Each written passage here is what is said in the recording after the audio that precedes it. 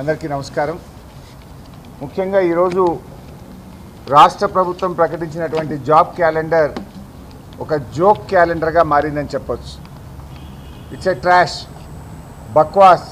అంటే ఇలా రాష్ట్ర నిరుద్యోగ యువతను కాంగ్రెస్ పార్టీ దగా చేసింది, మోసపుచ్చింది.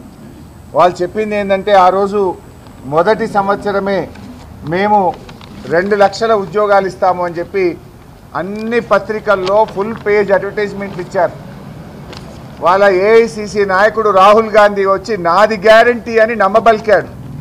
ఇంత స్పష్టంగా రాశారంటే 2 lakh appointments in the first year, మొదటి సంవత్సరంలోనే 2 లక్షల ప్రభుత్వ ఉద్యోగాలు ఇస్తామని చెప్పి గల్లీ నుంచి ఢిల్లీ దాకా నమ్మబలికారు.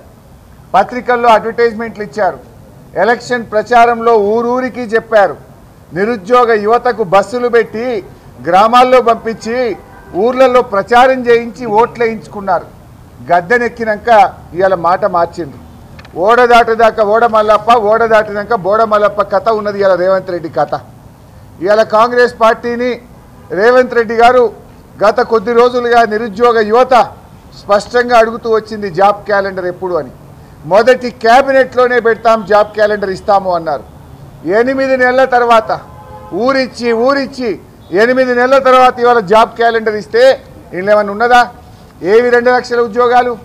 మీరు సంవత్సరంలోగా 2 లక్షల ఉద్యోగాలు అన్నారు. 8 నెలలు పోయింది, ఇక ఉన్నది 4 నెలలు.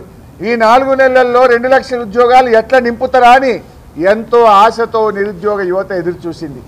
ఇందులో ఎంత జోక్ అంటే గవర్నమెంట్ అసెంబ్లీలో ఏదైనా స్టేట్మెంట్ ఇస్తే ఆ స్టేట్మెంట్ ఎవరు ఇచ్చారు? ముఖ్యమంత్రి గారు ఇచ్చారా? సంబంధిత మంత్రి ఇచ్చాడా? వాళ్ళ పేరు ఉంటుంది కింద. గవర్నమెంట్ స్టేట్మెంట్ అనేది అసెంబ్లీలో ఎప్పుడైనా పెట్టినప్పుడు ఆ స్టేట్మెంట్ ఎవరు చేస్తున్నారు? ప్రభుత్వం తరఫున ముఖ్యమంత్రి, మంత్రి గారా, ఎవరు చేస్తారనేది కింద పేరు, సంతకం ఉంటుంది. కానీ ఇదేంటంటే చిత్తు కాగితం లాగా ఒక తెల్ల పేపర్ మీద స్టేట్మెంట్ లాంటిది పెట్టి చర్చ లేకుండా ఫటాఫట్ ఉప ముఖ్యమంత్రి గారు చదివిండు. అరే మాకు మైక్ ఇవ్వండి అంటే సభలో నుంచి ఉప ముఖ్యమంత్రి గారు బయటకు వెళ్ళిపోయింది. అంటే ఎందుకు మీరు చర్చకు భయపడ్డరు? ఎందుకు శాసనసభలో పారిపోయినరు? అరే చర్చ చేయండి, మైక్ ఇవ్వండి అంటే దీని మీద చర్చించారట. ఇంతకంటే ప్రధానమైన అంశం రాష్ట్రంలో ఏముంటుంది? లక్షలాది మంది నిరుద్యోగ యువకుల కంటే ముఖ్యమైన అంశం అసెంబ్లీలో ఏముంటుంది? చర్చ చేయడానికి ముఖ్యమంత్రికి భయం ఎందుకు? చర్చ చేయడం అంటే ఈ ప్రభుత్వం ఎందుకు పారిపోయింది అని మేము అడుగుతా ఉన్నాం. మీరు చేసేది నిజమే అయితే, మీరు ఇచ్చిన మాట నిలబెట్టుకునేటోళ్ళు అయితే, దమ్ముంటే మాట్లాడాలి కదా. మాట్లాడమంటే ఎందుకు పారిపోయినరు అని అడుగుతా ఉన్నాం.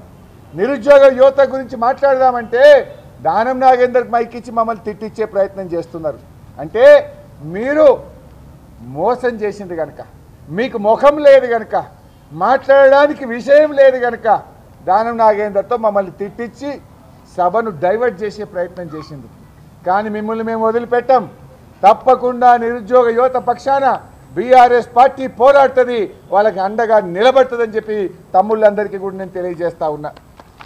మీరు ఏం చెప్పింది ఆ రోజు జాబ్ క్యాలెండర్లో? మీ కాంగ్రెస్ పార్టీ మేనిఫెస్టో ఇది. ఈ మేనిఫెస్టోలో మీరు ఏం చెప్పారు?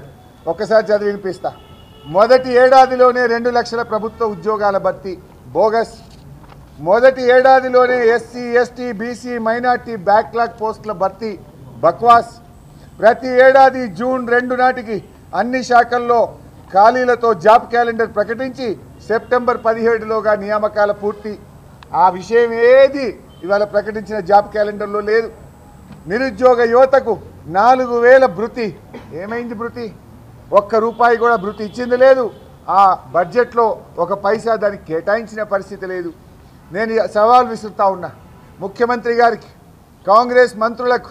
మీకు ధైర్యం ఉంటే, నిజాయితీ ఉంటే, మీరు నిరుద్యోగ యువతకు న్యాయం చేసినామనుకుంటే చలో రండి, అశోక్ నగర్ పోదాంపా. ఇప్పుడు గన్మెన్లు లేకుండా, సెక్యూరిటీ లేకుండా రండి, నేను వస్తా మీతో, పోదాం నిరుద్యోగ యువత దగ్గరికి. ఉస్మానియా యూనివర్సిటీ పోదాంపా అండి, రండి. ఏ మంత్రి వస్తాడో రండి, ముఖ్యమంత్రి గారు వస్తారా రండి. ఉస్మానియా యూనివర్సిటీకి పోదామా? సిటీ లైబ్రరీ, సెంట్రల్ లైబ్రరీకి పోదామా?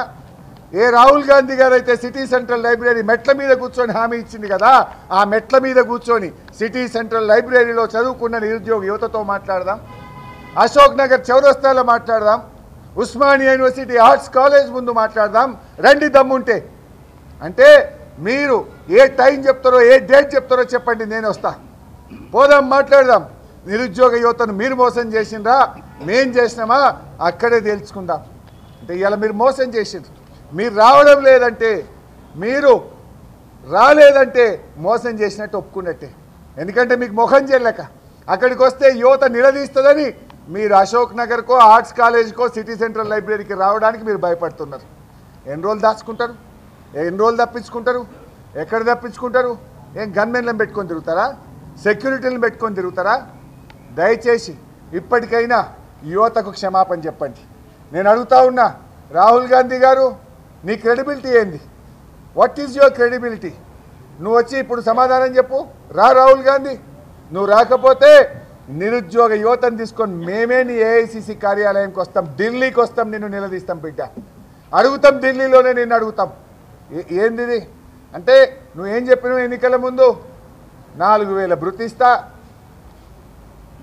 4,000 ఆసరా పెన్షన్ ఇస్తా మహిళలకు 2,500 ఇస్తా ఏడాదిలోగా 2 లక్షల ఉద్యోగాలు ఇస్తా ఇలా అడిగితే గొంతు నొక్కుతున్నావు